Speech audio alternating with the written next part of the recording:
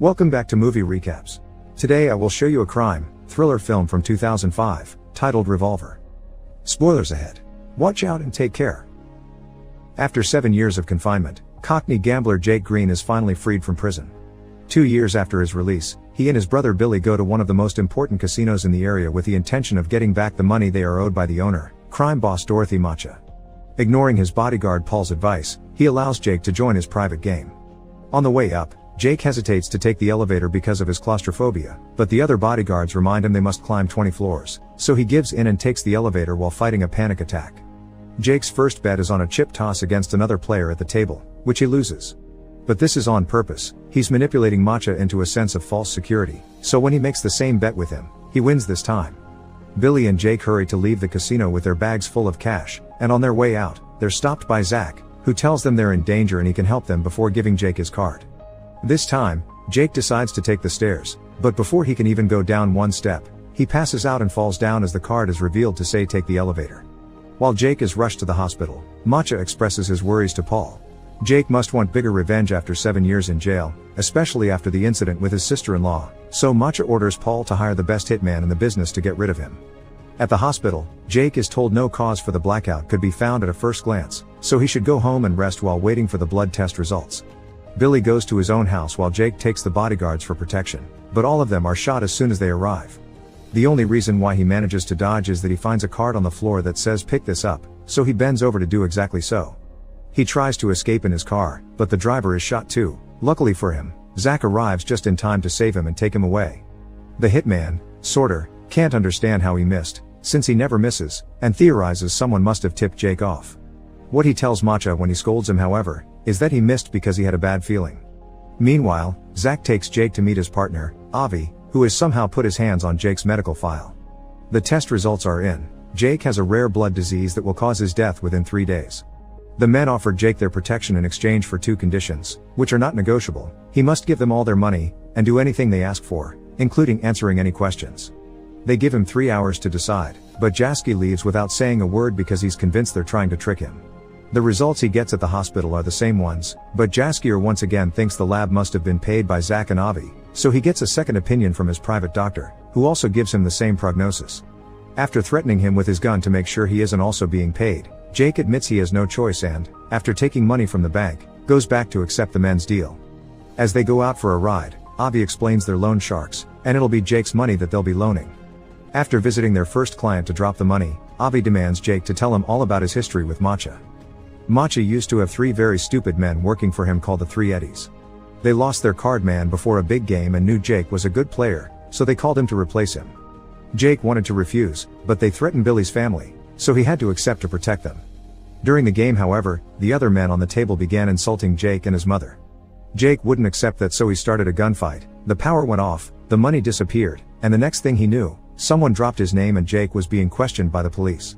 To keep him from talking, they threatened his niece and accidentally killed his sister-in-law when she tried to protect her daughter.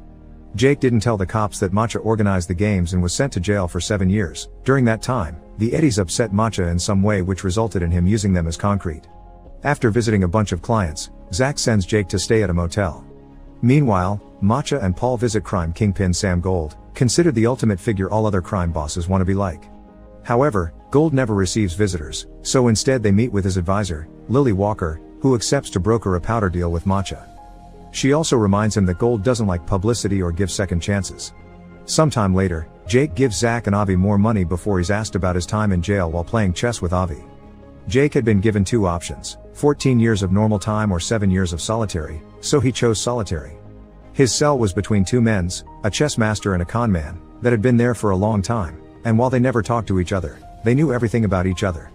During the first 5 years of Jake's sentence, the 3 of them would communicate by sending messages written on the library books, and that was how Jake learned their formula to win any game in the world. The 2 men were planning a prison break and promised to take Jake with them, but when they finally left, they disappeared without a word and left Jake behind. When he was released 2 years later, he found out those 2 men had taken all his money and only left behind a note that said you can only get smarter by playing a smarter opponent, so Jaker started using the formula to make himself rich at various casinos. As the days pass, Jake continues working by visiting various clients and giving away his own money. He's also supposed to threaten them if they don't pay, but he can't bring himself to hurt innocent, desperate people. Meanwhile, Avi and Zach are chaining the side of a wall to a truck so when they pull, they break said wall and steal the safe on the other side. This safe has the powder Matcha had promised Lily, so when he finds out he's been robbed, he sends Paul to solve this no matter what it takes. Paul goes to see their rival, Triad Kingpin Lord John, who accepts to provide them with the powder on such short notice but only for an overinflated price. Jake, Zach, Avi, and their team go to the hotel where the exchange will happen. They sneak into a room next to the thugs to make a hole in the wall and inject sleeping gas, putting both Matcha's and John's men to sleep. Then they steal the money and the powder, framing it to make it look it was Matcha that robbed John and vice versa. Sometime later, Jake gets a call from Billy, who tells him he's been asking around and has found out that Zach and Avi are so dangerous that not even gold would touch them, so Jake should get out of there. Jake doesn't listen and goes back to work, where he's being expected to shoot a scared client. He refuses and tries to shoot Avi instead, but he realizes the gun is empty right before Avi knocks him out. Jake wakes up hours later in the motel and gets a call from Avi saying he's survived his third day so he should get a checkup. After being visited by his niece and Billy, who leaves him a gun just in case, Jake goes to see his doctor, who confirms the diagnosis had been wrong and Jake is fine. He tries to call Avi and demand answers, but Avi only says he'll have to wait. Meanwhile, Paul has been gathering information, and Jake's name has come up as involved in all the problems his men have been going through, so Matcha orders him to kill him. When Jake returns to the motel, Avi and Zach are waiting for him and warn him that Matcha's thugs are waiting inside the room. Jake runs away and the men go after him, but he manages to lose them, especially when one of the thugs slips and shoots himself by accident. The other criminals find the body and think Jake did it. Jake goes to see Avi and Zach at their office, where they confess they've always known Jake didn't tell them the whole truth about his old deal with the Eddies. Those three clowns had been waiting for Jake when he got out of prison to kill him, since what he did caused them to get fired by Matcha. To save his life, he offered the Eddies a deal. Every month, he would give them 3% of any money they would lend them. The first time, only one Eddie agreed to it. But when they saw he kept his deal, they all wanted to be in, this time for a 4%. In truth, Jake was paying each Eddie with another Eddie's money, so he wasn't losing anything. It came to a point where they didn't have any more money to lend, so they borrowed from Matcha, who quickly became interested in the Eddie's mysterious moneymaker man. After gambling with the formula and making himself rich, Jake chose that moment to take a vacation with his brother and niece, and that was when Matcha killed the Eddies for not paying him back. Speaking of Matcha, he's having dinner at a fancy restaurant when he's visited by his henchmen, that tell him Jake escaped. Sorter recognizes John's lover pretending to be a waitress, so he shoots her before leaving the restaurant to go after her driver. However, his shooting is still off and he only got to hurt her, not kill her, so before dying, the woman manages to shoot Matcha's finger off in the middle of the commotion. Then, Sorter is sent to Lord John's hideout to kill him and his men.